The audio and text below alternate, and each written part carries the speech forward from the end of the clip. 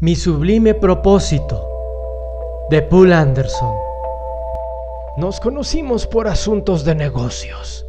La firma de Mitchells deseaba abrir una sucursal en la parte exterior de Evanston y descubrió que yo era propietario de algunos de los terrenos más prometedores. Me hicieron una buena oferta, pero no cedí. La elevaron y permanecí en mi actitud. Por fin, el director en persona se puso en contacto conmigo. No era en absoluto como me lo esperaba. Agresivo, por supuesto, pero de un modo tan cortés que no ofendía. Sus maneras eran tan correctas que difícilmente se advertía su falta de educación formal. De todas maneras, estaba remediando con gran rapidez esta carencia con clases nocturnas, cursillos de ampliación y una omnívora lectura. Salimos para beber algo mientras discutíamos el asunto. Me condujo a un bar que no parecía de Chicago. Tranquilo, raído, sin tocadiscos, sin televisión, con un anaquel de libros y varios juegos de ajedrez. Sin ninguno de los extravagantes parroquianos que usualmente infestan tales lugares. Fuera de nosotros, había solamente media docena de clientes. Un prototipo de profesor egregio entre los libros, varias personas que hablaban de política con cierta objetividad y un joven que discutía con el camarero. Mitchells y yo encontramos una mesa en un rincón y un poco de cerveza danesa.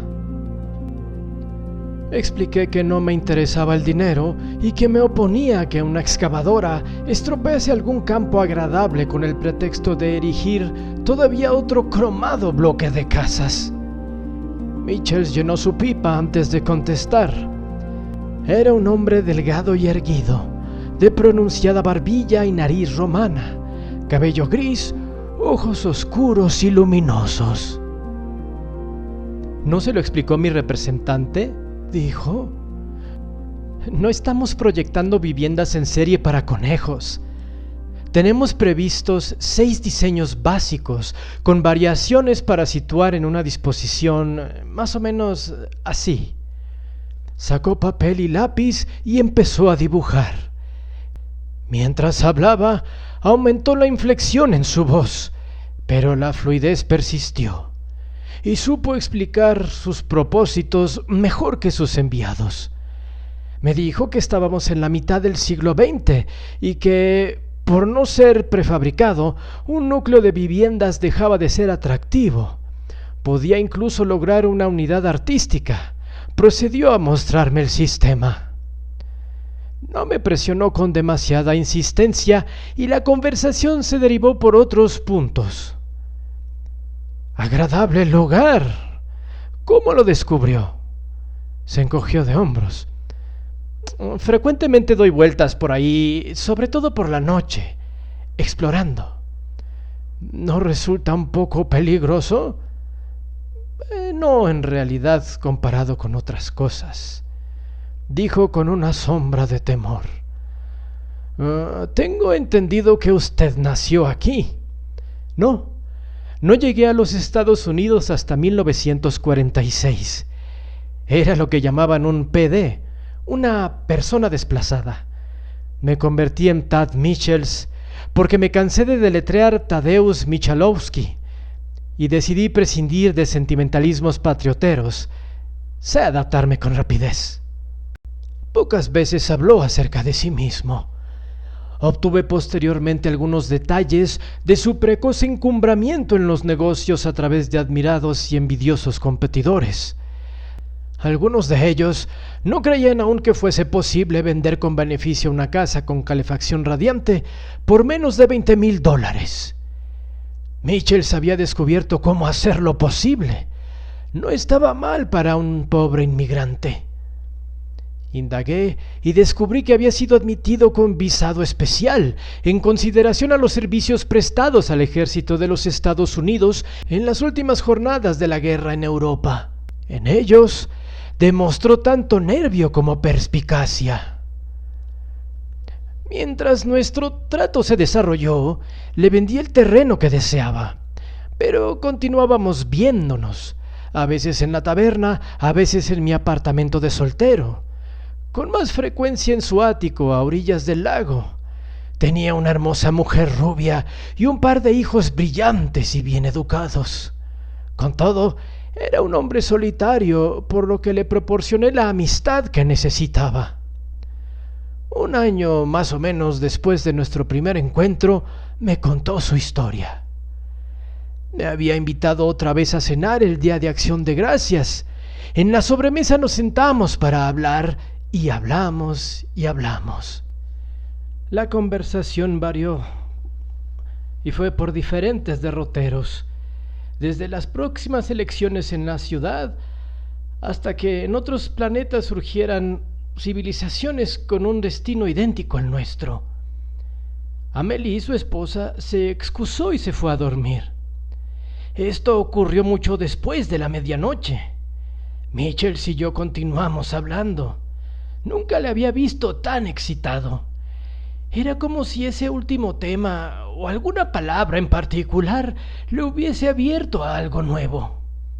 Finalmente se levantó, volvió a llenar nuestros vasos de whisky y con un movimiento un tanto inseguro, cruzó la sala de estar silencioso sobre la gruesa alfombra verde hasta la ventana. La noche era clara y profunda. Desde lo alto contemplamos la ciudad. Líneas, tramas y espirales de brillantes colores, rubí, amatista, esmeralda, topacio y la oscura extensión del lago Michigan.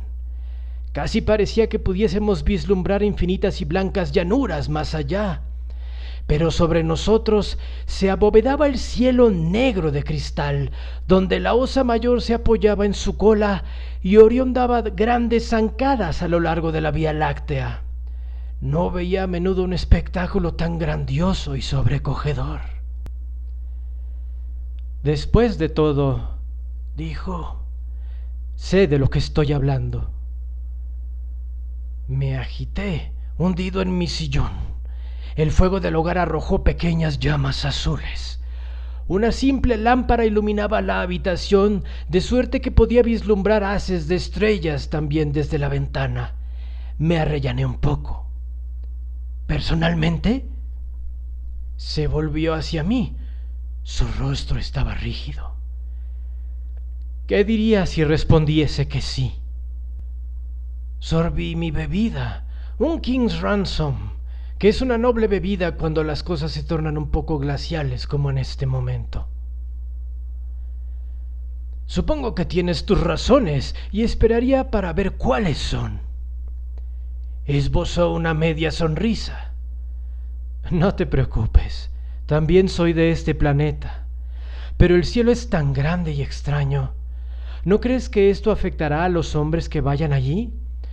¿No se deslizará dentro de ellos y lo traerán en sus huesos al regresar? ¿La tierra será la misma después? Sigue, ya sabes que me gustan las fantasías. Miró fijamente al exterior, luego se volvió y súbitamente se tragó de un golpe su bebida. Este gesto violento no era propio de él, pero había traicionado su perplejidad. Muy bien. Entonces te contaré una fantasía. Es una historia invernal, muy fría, así que quedas advertido para no tomarla en serio.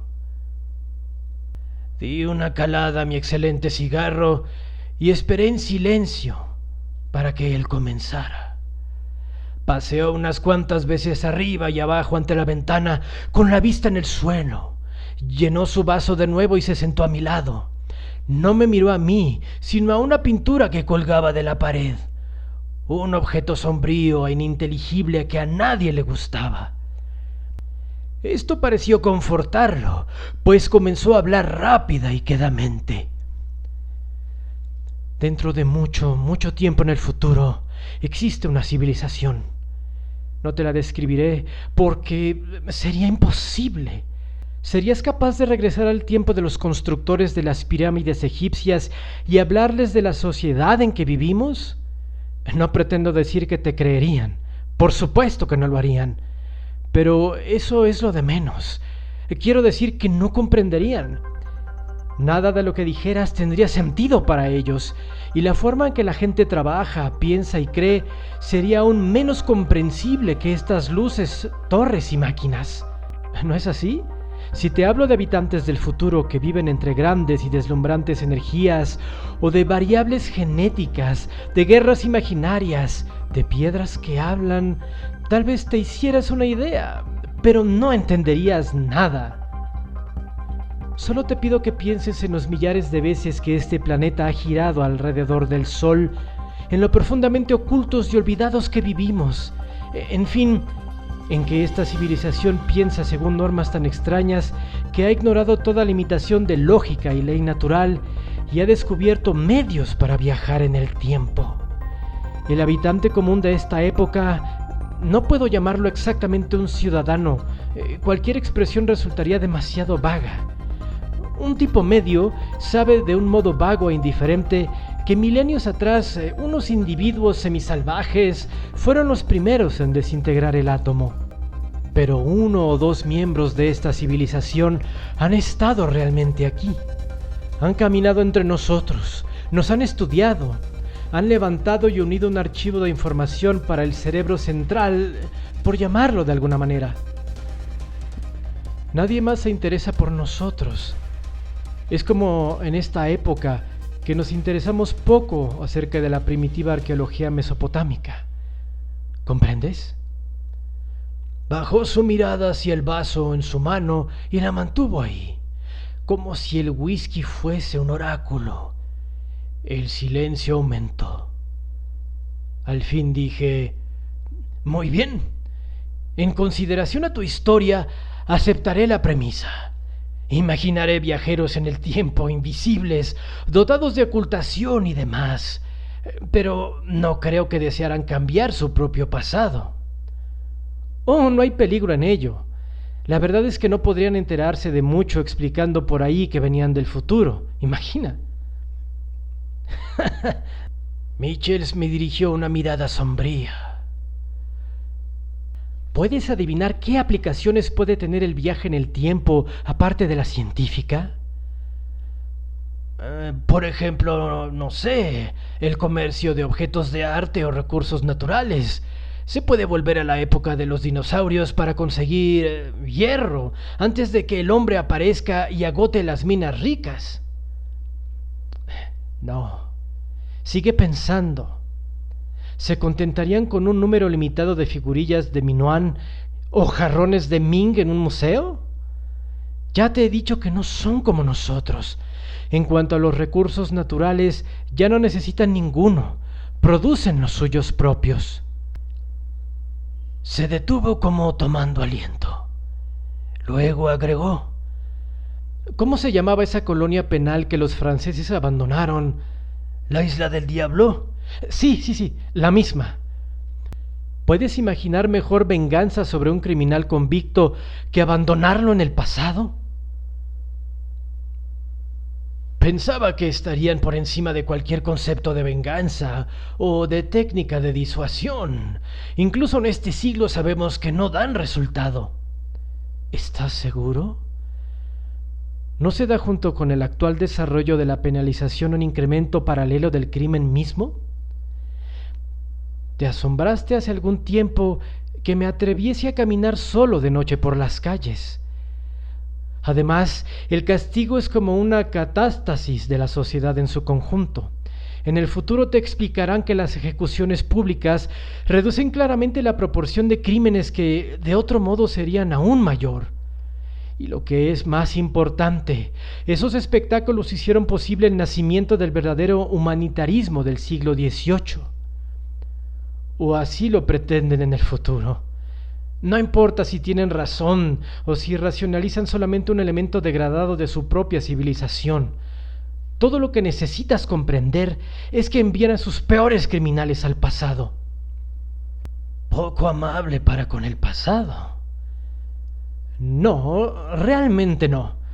Por una serie de razones, incluyendo el hecho de que todo cuanto hacen suceder ha sucedido ya.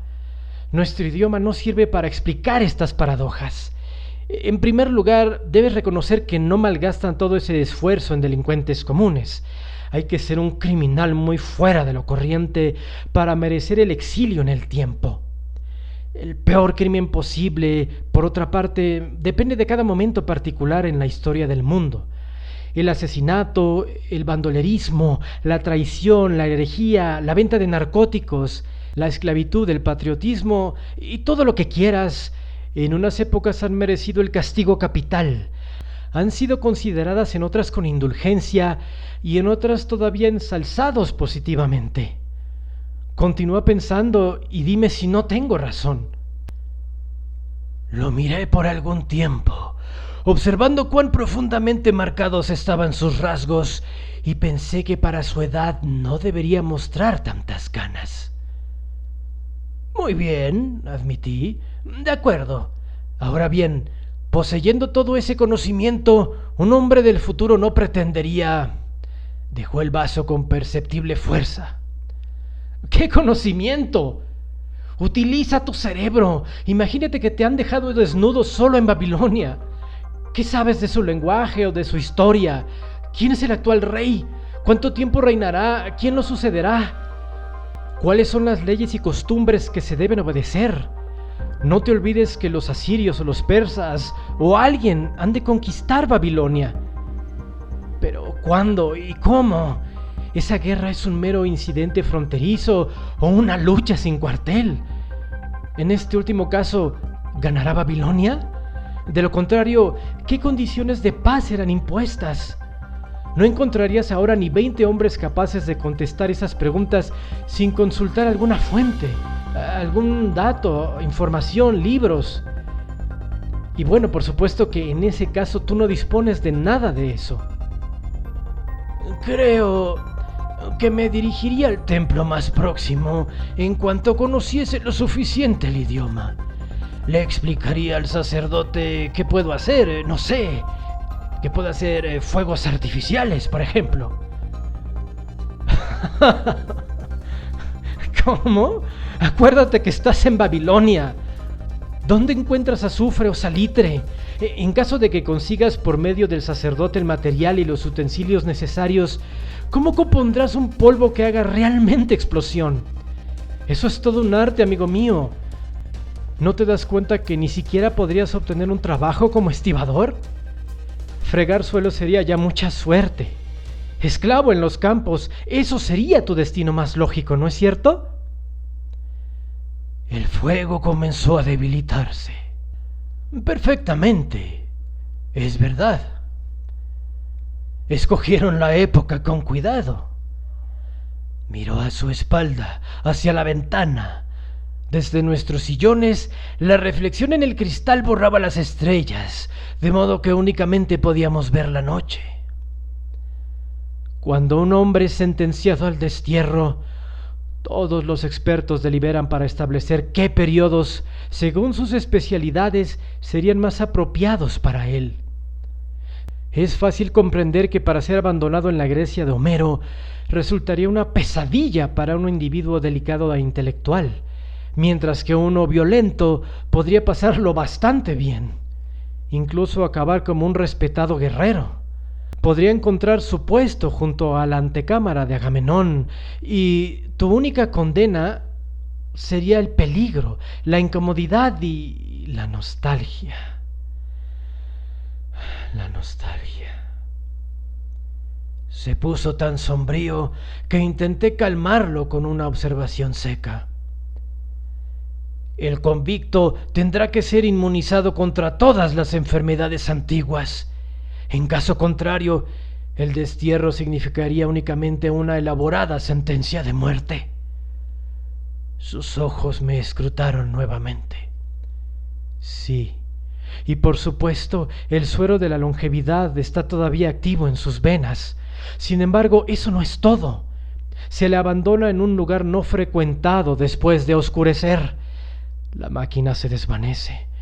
Queda aislado por el resto de su vida. Lo único que sabe es que han escogido para él una época con tales características que esperan que el castigo se ajuste a su crimen. El silencio cayó una vez más entre nosotros, hasta que el tic-tac del reloj sobre la chimenea llegó a ser obsesionante, como si todos los demás sonidos se hubiesen helado hasta extinguirse en el exterior. Eché un vistazo a la bóveda nocturna. Pronto vendría el alba. Cuando me volví, todavía estaba observándome con desconcertante intención. ¿Cuál fue tu crimen?, le pregunté. No pareció sorprenderse en absoluto ante mi pregunta. ¿Qué importa? Te dije que los crímenes de una época son los heroísmos de otra. Si mi intento hubiese tenido éxito, los siglos venideros habrían adorado mi nombre, pero fracasé. Muchas personas debieron resultar perjudicadas. Todo el mundo te habrá odiado. Bien, sí. Ni qué decir tiene que esto es una fantasía, para pasar el rato. ¿Seguiré tu juego? Su tensión se suavizó un poco. Se inclinó hacia atrás, con las piernas extendidas a través de la magnífica alfombra. Sea, considerando la magnitud de la fantasía que te he contado, ¿cómo has deducido la importancia de mi pretendida culpa? Tu vida pasada, ¿cuándo y dónde fuiste abandonado? Cerca de Varsovia, en agosto de 1939. No creo que te interese hablar acerca de los años de guerra. No, en absoluto. Sin embargo, prosiguió poco después, como para desafiarme. Mis enemigos se equivocaron. La confusión que siguió al ataque alemán me ofreció una oportunidad para escapar a la vigilancia de la policía antes de que me internasen en un campo de concentración. Gradualmente me enteré de cuál era la situación. Por supuesto, no podía predecir nada, ni puedo ahora. Únicamente los especialistas conocen o se interesan por lo que sucedió en el medio del siglo XX. Pero cuando me convertí en un recluta polaco dentro de las fuerzas alemanas, comprendí quiénes serían los vencidos. Me pasé entonces al lado de los estadounidenses. Les expliqué lo que había observado y llegué a trabajar como espía para ellos. Era peligroso, sí, pero no mucho más de lo que había ya superado. Luego vine aquí. El resto de la historia no tiene ningún interés. Mi cigarro se había apagado. Lo volví a encender, pues cigarros como los de Michels no se encontraban todos los días. Se los hacía enviar por avión desde Ámsterdam. La mies ajena, dije. ¿Qué? Ya sabes, Ruth en el exilio. No era que la trataran mal, pero, sin embargo, seguía llorando por su patria. No conozco esa historia. Está en la Biblia. Ah, sí, la Biblia. Realmente debería leer la Biblia alguna vez. Su disposición de ánimo estaba cambiando y volvía hacia su primitiva seguridad. Saboreó su whisky con un gesto casi afable. Su expresión era alerta, confiada. Sí, ese aspecto fue bastante malo. Las condiciones físicas de vida no influían en ello. Cuando se hace camping, pronto se olvida uno del agua caliente, la luz eléctrica, todos esos utensilios que los fabricantes nos presentan como indispensables. Me gustaría tener un reductor de gravedad o un estimulador celular, sí, pero me lo paso admirablemente sin ellos. La añoranza es lo que más me consume. Las pequeñas cosas que jamás se echaban de menos, algún alimento particular, el modo en que caminaba la gente, los juegos, los temas de conversación, incluso las constelaciones. Son diferentes en el futuro, ¿sabes? El Sol se ha desplazado bastante de su órbita galáctica, pero de agrado o por fuerza siempre hubo emigrantes. Todos nosotros somos descendientes de aquellos que no pudieron soportar la conmoción. Yo me adapté. Frunció el ceño. Tal como aquellos traidores están dirigiendo las cosas, no regresaría ahora aunque me concedieran un indulto total. Terminé mi bebida saboreándola todo lo posible, pues era un maravilloso whisky, por lo que le escuché solo a medias. ¿Te gusta este mundo? Sí, por ahora sí. He superado las dificultades emocionales. Mantenerme vivo me ha tenido muy ocupado los primeros años. Luego, el hecho de establecerme, de venir a este país, nunca me dejó mucho tiempo para compadecerme de mí mismo. Mis negocios me interesan ahora cada vez más. Es un juego fascinante y agradable, libre de castigos exagerados en caso de error. Aquí he descubierto cualidades que el futuro ha perdido. Apostaría que no tienes la menor idea de lo exótica que es esta ciudad. Piensa. En este momento, a unos kilómetros de nosotros, hay un soldado de guardia en un laboratorio atómico, un holgazán helándose en un portal, una orgía en el apartamento de un millonario, un sacerdote que se prepara para los ritos del amanecer, un mercader de Arabia, un espía de Moscú, un barco de las Indias. Su excitación se calmó. Volvió su mirada hacia los dormitorios. Y mi esposa y los niños. No regresaría pase lo que pase. Di una chupada final a mi cigarro. Lo has hecho muy bien. Liberando de su humo gris, me sonrió burlonamente. Comienzo a pensar que te has creído todo este cuento. Naturalmente. Aplasté la colilla del cigarro y me levanté, desperezándome.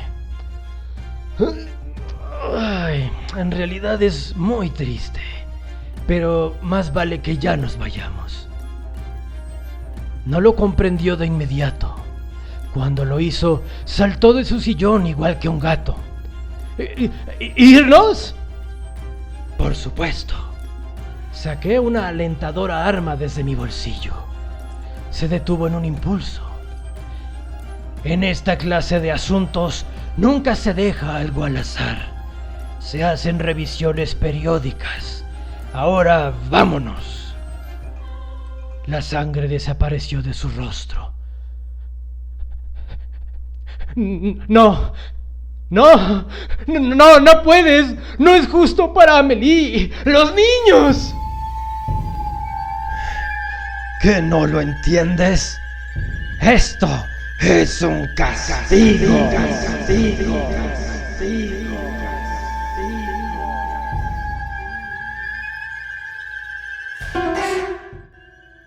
Lo abandoné en Damasco, el año anterior a que Tamerlán la saquease.